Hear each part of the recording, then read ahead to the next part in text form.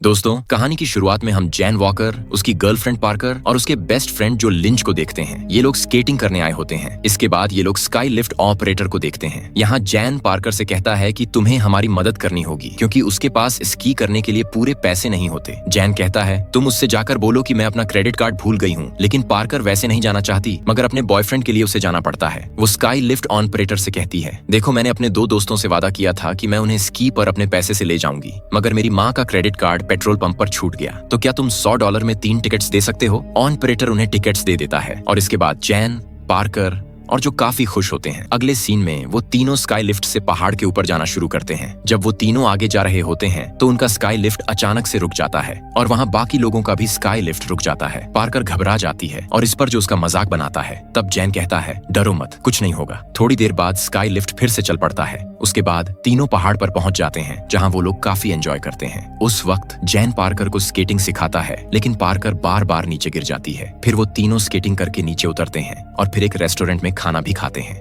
वहाँ जो जैन को बताता है कि उसे स्केटिंग करने में मजा नहीं आया और वो एक बार फिर से जाना चाहता है। उसे तेज रफ्तार में स्केटिंग करना पसंद है, मगर पार्कर की वजह से उसे धीरे स्केटिंग करनी पड़ी थी। तब ये सारी बातें पार्कर पीछे से सुन लेती हैं और कहती हैं ऐसा है तो मुझे नहीं लाना चाहिए था। उसके बाद जो और जैन एक बार फिर से जाने वाले होते हैं, लेकिन पार्कर इस बार मना करती है, मगर जैन उसे भी साथ चलने के लिए कहता है। जिसके बाद वो तीनों वहाँ से निकलते हैं और फिर वहाँ पहुँचते हैं जहाँ से स्काई लिफ्ट में वो लोग सवार होंगे। उसके बाद तीनों दोस्त वही स्काई लिफ्ट ऑपरेटर से बोलते हैं कि उन्हें माउंटेन पर जाना है। इस पर लिफ्ट अटेंडेंट कहता है कि लिफ्ट बंद कर दी गई है क्योंकि मौसम खराब होने वाला है, साथ ही तूफान भी आने वाला है। लेकिन फिर भी वो तीनों उसकी बात को न मानते हुए एक आखिरी बार जाने की रिक्वेस्ट करते हैं, जिसके बाद स्काई लिफ्ट ऑपरेटर उन्हें जाने देता है। फिर ये 3 लोग आगे बढ़ते हैं। तब उधर स्काई लिफ्ट ऑपरेटर के पास दूसरा ऑपरेटर आता है और उससे कहता है कि अगले हफ्ते तुम्हें काम पर आना होगा। मगर पहला ऑपरेटर कहता है मैं अगले हफ्ते नहीं आ सकता हूँ क्योंकि मेरे भाई की शादी है। फिर वो बॉस से बात करने जाता है और दूसरे ऑपरेटर को लिफ्ट की जिम्मेदारी देता है और बताता है कि उन 3 लोगों के आते ही लिफ्ट को बंद कर देना। कुछ देर बाद दूसरा ऑपरेटर देखता है कि ऊपर माउंटेन से 3 लोग स्केटिंग करते हुए आ रहे हैं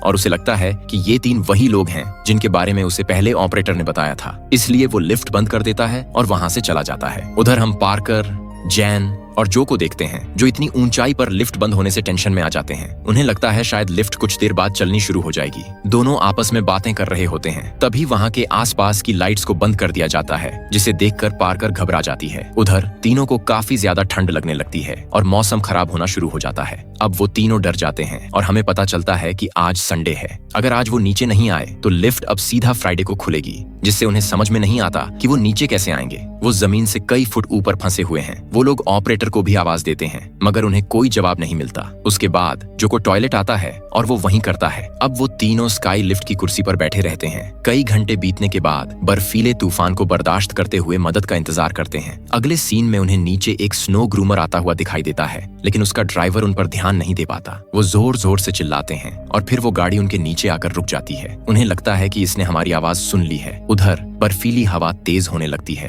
फिर उस आदमी को वायरलेस फोन से अपने दोस्त का कॉल आता है और उसे पता चलता है कि वो जिसे लेने जा रहा था वो पहले ही यहाँ से जा चुका है। जिसके बाद वो गाड़ी घुमाकर वहाँ से निकलने लगता है। अब ये तीनों उसे जाता हुआ देखकर उसकी तरफ स्केटिंग का सामान फेंकते हैं, लेकिन उस आदमी को तेज तूफान की वजह से कुछ दिखाई नहीं देता है और वो वहाँ से निकल जाता है। उधर वो तीनों ठंड की वजह से कांप रहे होते हैं। पार्कर रोने लगती है। वो तीनों बातें करते हैं कि कोई भी उनके ठिकाने को नहीं जानता है और चेयर लिफ्ट में फंसे होने की वजह से अब वो बच नहीं पाएंगे, उन्हें ऐसा लगता है। उसके बाद डैन नीचे कूदने का फैसला करता है, मगर जो और पार्कर उसे ऐसा करने से मना करते हैं। मगर डैन डरते हुए वहां से कूद जाता है। नीचे बर्फ बहुत सख्त थी, जिसकी वजह से डैन का पैर टूट जाता है और वो दर्द से कराह रहा होता है। साथ ही अब वो हिल भी नहीं पा रहा था। उधर पार्कर और जो उसकी हालत देखकर उसकी मदद करना चाहते हैं। पार्कर अपना मफलर फेंकती है और डैन उसे अपने पैर पर बांध लेता है। फिर जो का ध्यान ऊपर लटकी लिफ्ट के पोल पर जाता है जहाँ कई ट्रॉलीज होती हैं। वो फैसला करता है कि वो तार की मदद से ट्रॉली तक पहुंचकर अपने दोस्त की मदद करेगा। फिर जो डैन से कहता है तुम हौसला रखना। उसके बाद जो खड़ा हो जाता है और जैसे ही वो आगे बढ़ने की कोशिश करता है उसका पैर फिसल जाता है। इस वजह से वो चेयर लिफ्ट पर लटक जाता है। उधर पार्कर को तसल्ली देते हुए जो कहता है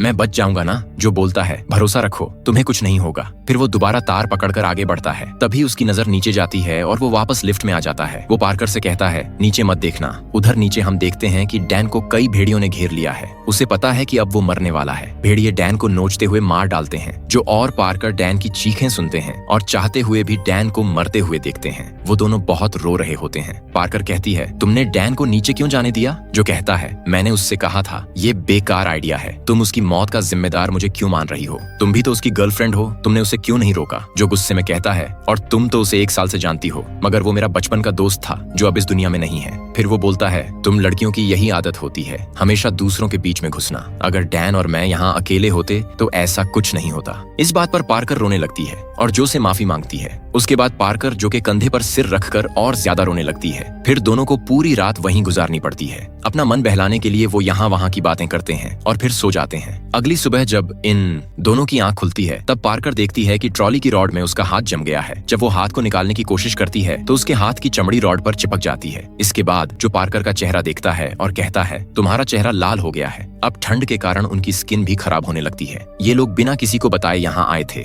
इसलिए इनके घर वाले भी इन्हें ढूंढ नहीं पाएंगे। इसके बाद जो जोर से चिल्लाता है मगर उसकी आवाज सुनने वाला कोई नहीं होता। फिर जो पार्कर से कहता है, पीछे जो पोल है, अगर मैं वहां तक पहुंच गया तो नीचे उतर जाऊंगा। मगर पार्कर उसे थोड़ी देर और इंतजार करने को कहती है और बोलती है, अगर थोड़ी देर में कोई नहीं आता तो देखते हैं क्या करना है। खैर, वक्त धीरे धीरे बीत जाता है। जो सो रहा होता है और धूप काफी तेज हो गई थी। पार्कर को बहुत देर से एक जगह बैठने के कारण टॉयलेट लगता है। वो देखती है कि जो सो रहा है, इसलिए वो अपनी पैंट में ही टॉयलेट कर देती है। इसके बाद जो उठ जाता है और फिर दोनों अपना मन बहलाने के लिए बातें करते हैं। जो बताता है कि वो डैन से पहली बार कब मिला था। पार्कर डैन को याद करके रोने लगती है। उसके बाद जो नीचे जाने का फैसला करता है। फिर जो उठकर खड़ा हो जाता है और चेयर लिफ्ट के केबल को पकड़कर नीचे जाने की कोशिश करता है। अब जो जैसे ही वायर को पकड़कर आगे बढ़ता है तभी कुर्सी की बेल्ट ढीली हो जाती है, जिसकी वजह से पार्कर एक तरफ झुक जाती है। पार्कर जो से कहती है, ट्रॉली गिर जाएगी। उसके बाद जो आगे बढ़ता है लेकिन तेज धार वाली केबल के कारण उसके हाथ में चोट लग जाती है। फिर वो दूसरी ट्रॉली तक पहुंच जाता है। अब जो नीचे देखता है जहां फिर से काफी सारे भेड़िए आ गए होते हैं। जो यहाँ रुकना नहीं चाहता, इसलिए वो सर्विस सीढ़ी से नीचे उतरता है। तभी भेड़िए उस पर हमला करते हैं, लेकिन सही वक्त पर उसके हाथ में स्केटिंग की रॉड लग जाती है और उसकी मदद से वो भेड़ियों को भगा देता है। इसके बाद जो पार्कर को नीचे उतरने से मना करता है और वादा करता है कि वो मदद लेकर वापस आएगा। जो स्नोबोर्ड की मदद से नीचे चला जाता है जहाँ भेड़िए उसका पीछा करते हैं। वहीं पार्कर को मदद का इंतजार करते हुए कुर्सी पर एक और रात गुजारनी पड़ती है। अगले दिन तक जो वापस नहीं आता। पार्कर को लगता है कि अगर उसे आना होता तो वो अब तक आ जाता और क्या पता वो बचा भी होगा या नहीं। इसीलिए पार्कर खुद पोल तक पहुंचने की कोशिश करती है। जैसे ही वो कुर्सी पर खड़ी होती है, सेफ्टी बेल्ट टूट जाती है, जिसकी वजह से लिफ्ट गिरने लगती है। लेकिन एक तार की वजह से वो लिफ्ट हवा में अटक जाती है। अब तार भी टूटने लगती है, इसलिए पार्कर कुर्सी से कूद जाती है और फिर कुर्सी भी प्रेशर की वजह से नीचे गिर जाती है। कुर्सी पार्कर के घुटने से टकराती है, जिस वजह से पार्कर चल नहीं पाती।